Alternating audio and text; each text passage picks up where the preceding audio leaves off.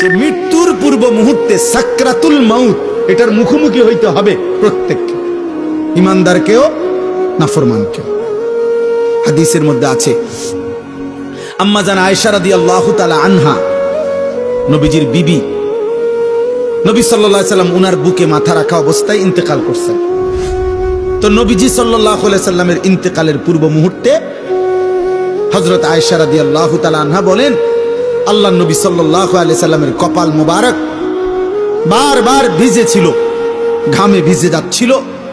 আমি এক বাটি পানি আইনা দিছি পাশে, আমি নবীকে দেখলাম বারবার তিনি ডান হাত মুবারক ওই বাটির পানির মধ্যে ভিজাইতেছেন আর কপাল মুছতেছেন ঘাম, ইন্তেকালের পূর্ব মুহূর্তে। আর নবীজি বলতেছিলেন, তখন দোয়া করতেছিলেন, আল্লাহুম্মা আইন্নি আলা সাকারাতিল মাউত।